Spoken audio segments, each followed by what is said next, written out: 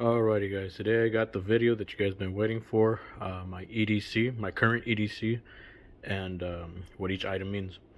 So yeah, let's begin. So a little bit about me real quick. I currently do security. I've done level 3, level 4, which is PPO, which is bodyguard work, as the moment. And then prior to that, when I was in my younger ages, I used to work in Mexico, with certain types of people, but doing, their own personal protection over there. Um, Although it wasn't the best experience, it did help me out a lot in the real world out here. Um, but again, that's the past, this is now, and this is what I currently carry at this moment. So I'm going to go over the items one by one, and then if you have any questions, please feel free to leave them in the comments, and then we'll go from there. Alrighty, so first things first, my keys. This is for a Silverado. Yeah, don't laugh, a Mexican driving a Silverado. Yeah, but yeah, it's a Silverado. Always gotta have your set of keys. Always have a good watch. This is a Fossil. My wife gave me this watch on my birthday. I want to say this year or last year. I think it was last year, 2 years ago. But yeah, I like it. It's not a Rolex, but it's still stainless steel. It's got a nice little dark grayish look to it, and I think it's very pretty. It has a timer, it has the dates, and it works. So I mean, no issues with that.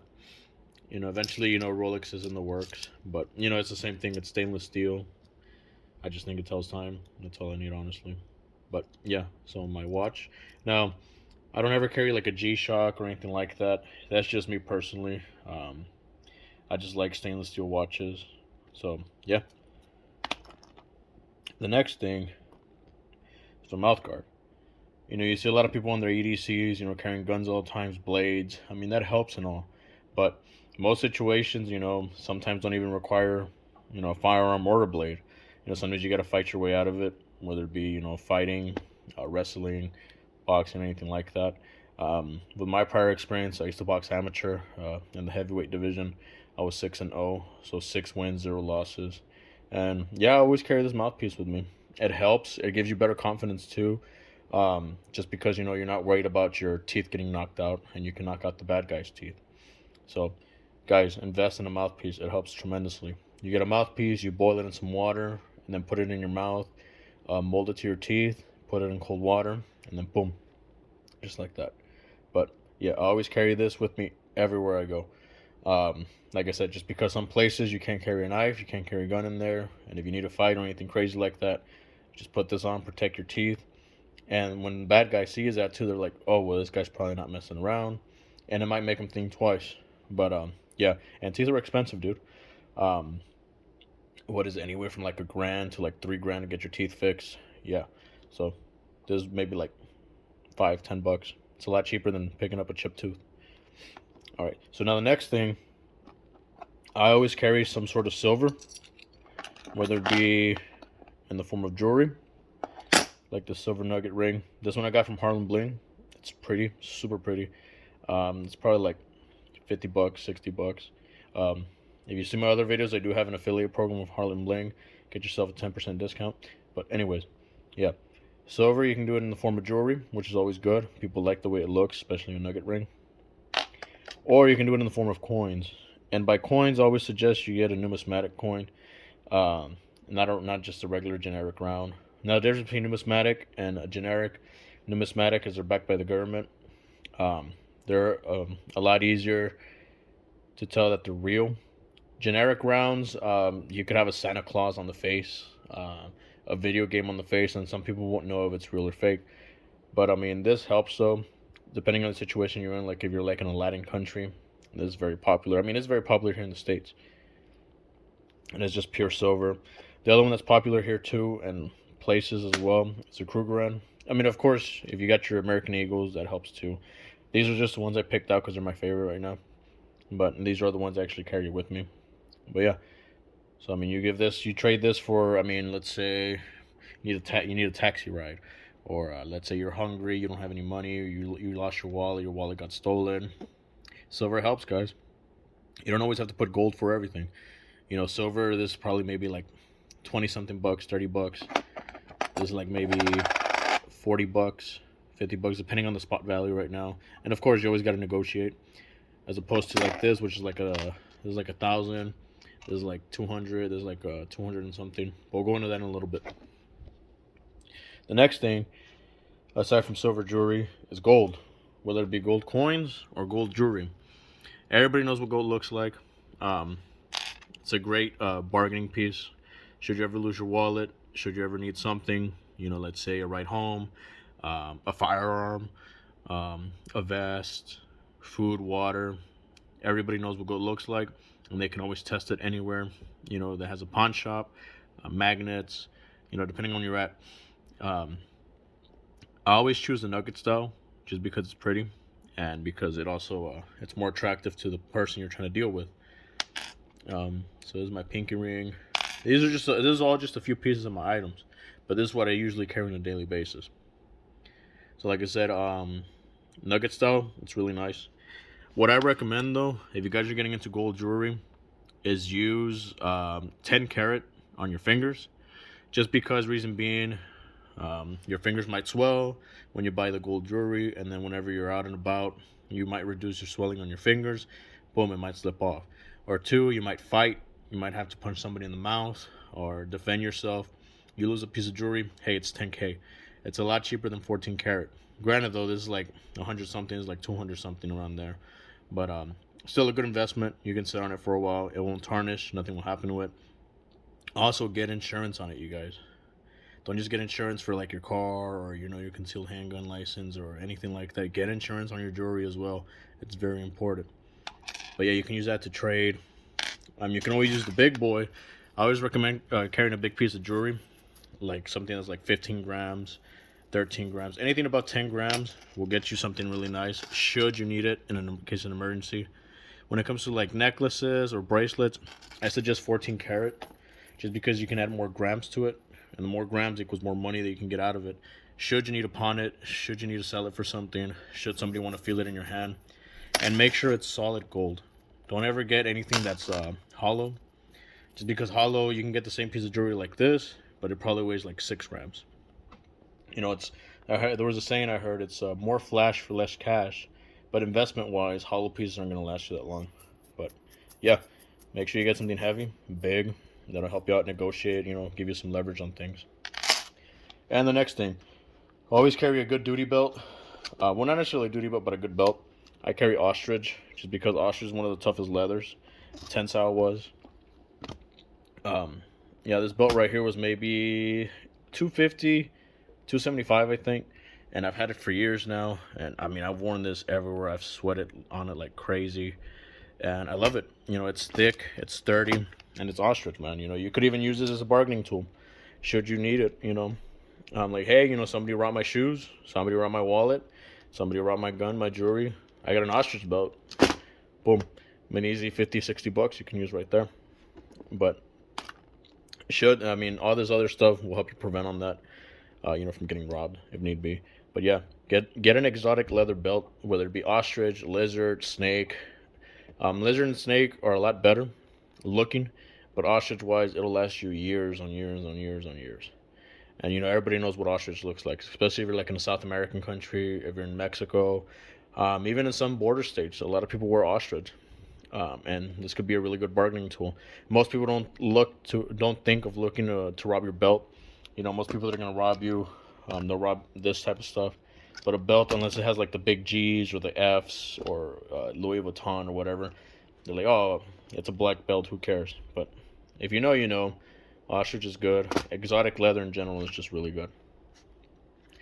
Alrighty, guys. So now the big things that everybody likes to see is the guns. So I usually carry Glock, but I usually invested in either Glock 17, Glock 19, Glock 30. But recently I purchased this Taurus, and I have to say, guys, it's like, I know everybody's gonna say, oh, it's a Taurus, this and that, but I've shot a total of maybe 800 rounds through it. No malfunction at all. Let me just make sure it's clear for you guys. I'm doing this one-handed. Well, it's clear.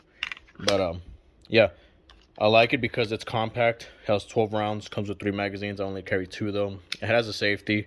People give crap about safeties. They're like, oh, it has a safety. It's more movement, this and that. Me personally, if I'm carrying one in the chamber, I like having a safety because I have kiddos, and you never know. A kid. You pick up your kiddo, they might, for whatever reason, bump on it, and cause an accidental discharge. May or may not happen, but I like being safe. People say, "Oh, well, you won't experience an accidental discharge." Well, I mean, look at SIGs. SIGs had that problem with the falling gun with the 320s, and yeah, that's a more expensive gun. And this, I mean, in a self-defense situation, you guys got to remember, you are going to jail. The guy could have killed your whole family, be on drugs, whatever, but you are still going to jail. Police are going to take this. You may or may not see it back. So would you guys rather lose a reliable $200, $300 gun or a reliable $600, $1,200 gun? It makes sense. Now, granted, people always say you get what you pay for. I think this honestly should be worth a lot more, Taurus wise, price wise, just because it's crazy reliable. Hadn't have any issues with it. Feeds Full Metal Jacket, and I'll go into the ammo in just a bit. Feeds Full Metal Jacket like crazy. And like I said, I mean, you could spend $600 on a Glock, deck it out with some night sights, extended mags, all that cool stuff.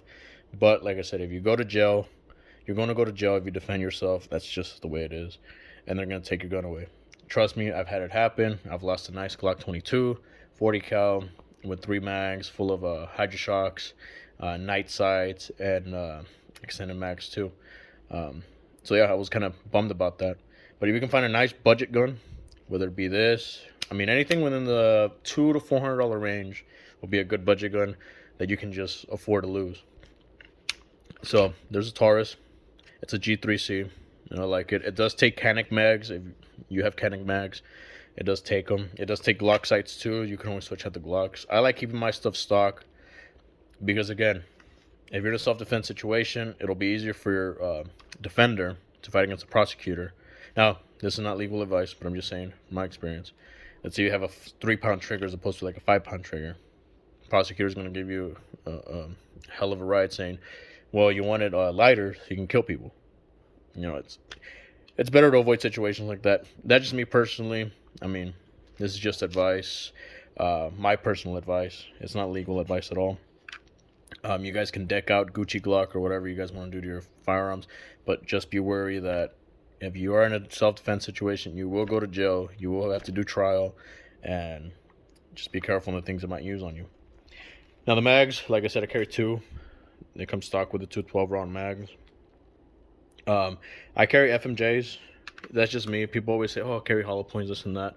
Me personally, just because I know I'm in Texas, there's some fat people around here, like fat, and you want to make sure you penetrate to the vitals. Hollow points are awesome, don't get me wrong. I've carried hollow points for a while too, but I've more than likely, I feel I would use FMJ a lot more, especially if somebody's shooting at you from a car, which happens a lot nowadays. Lots of road rage going on.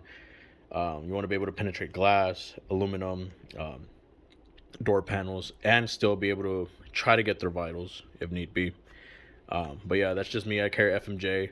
Now, people say, oh, what about over penetration, this and that. That's something I don't worry about personally. But like I said, everybody does their own thing. You can carry hollows, you can carry FMJs, you can carry fragmentation rounds.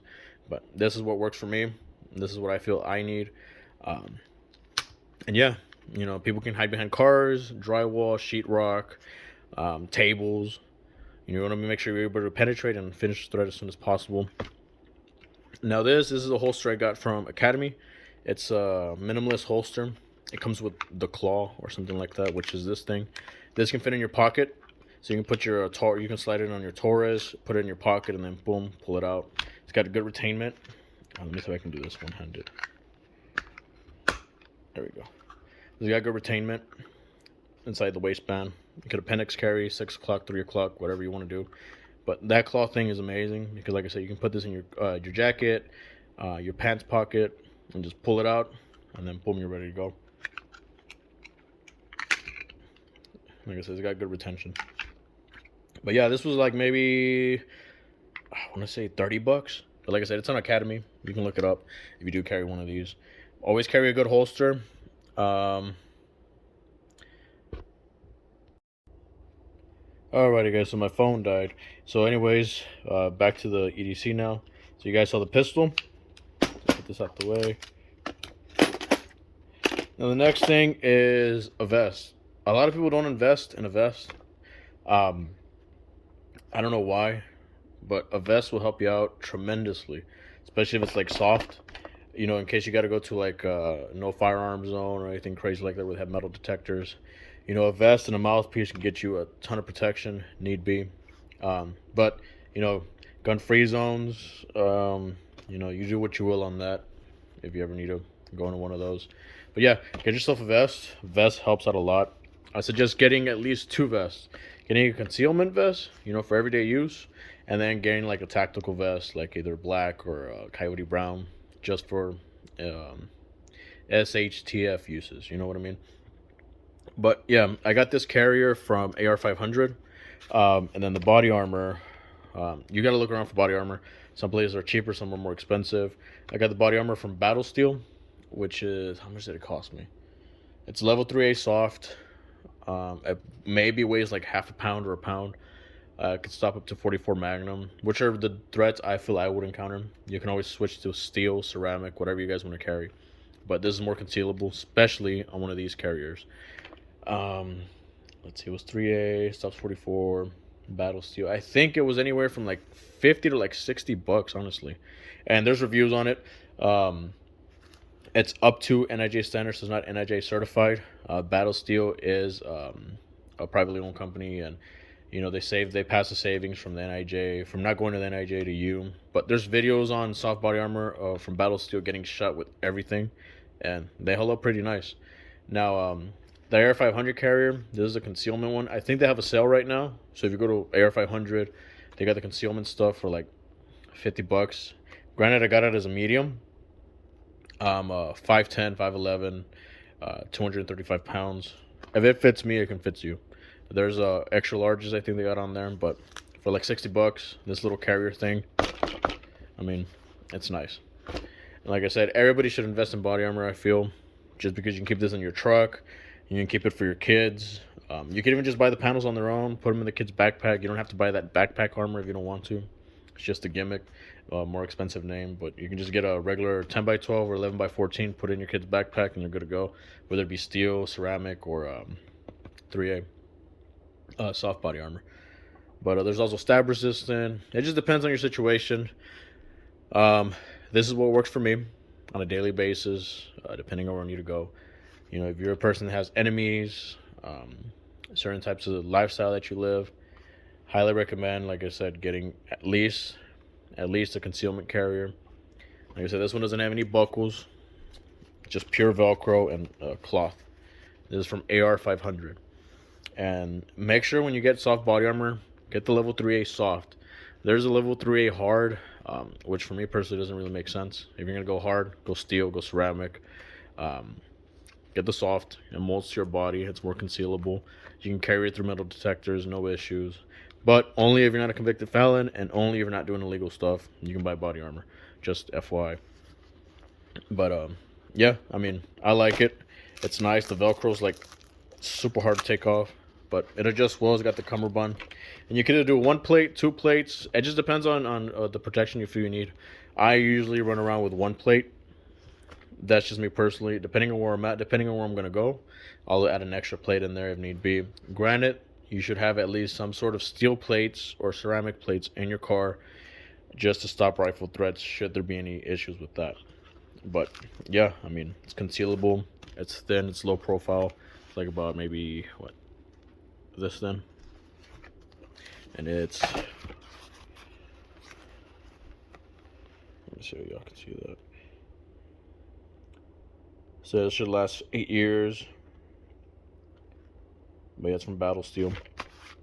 Check them out. It's a good little company. It'll save you some money. Granted, you can always spend, you know, thousands or even $600 on some body armor that'll do the same job. But it's just more expensive, and there is NIJ certifications. And that's a big thing for you. By all means, look at the certain websites like AR 500, RTS Tactical. Who's the other guy? Scorpion Tactical. They have really good prices on steel plates too. But for 3A, I feel that's what I need right now, personally. And for 3A, price-wise, they can go pretty high just because it's concealable. For 3A, go to Battle Steel. Check them out. and do your research before you buy anything. But yeah, and like I said, you can always carry 2 plates.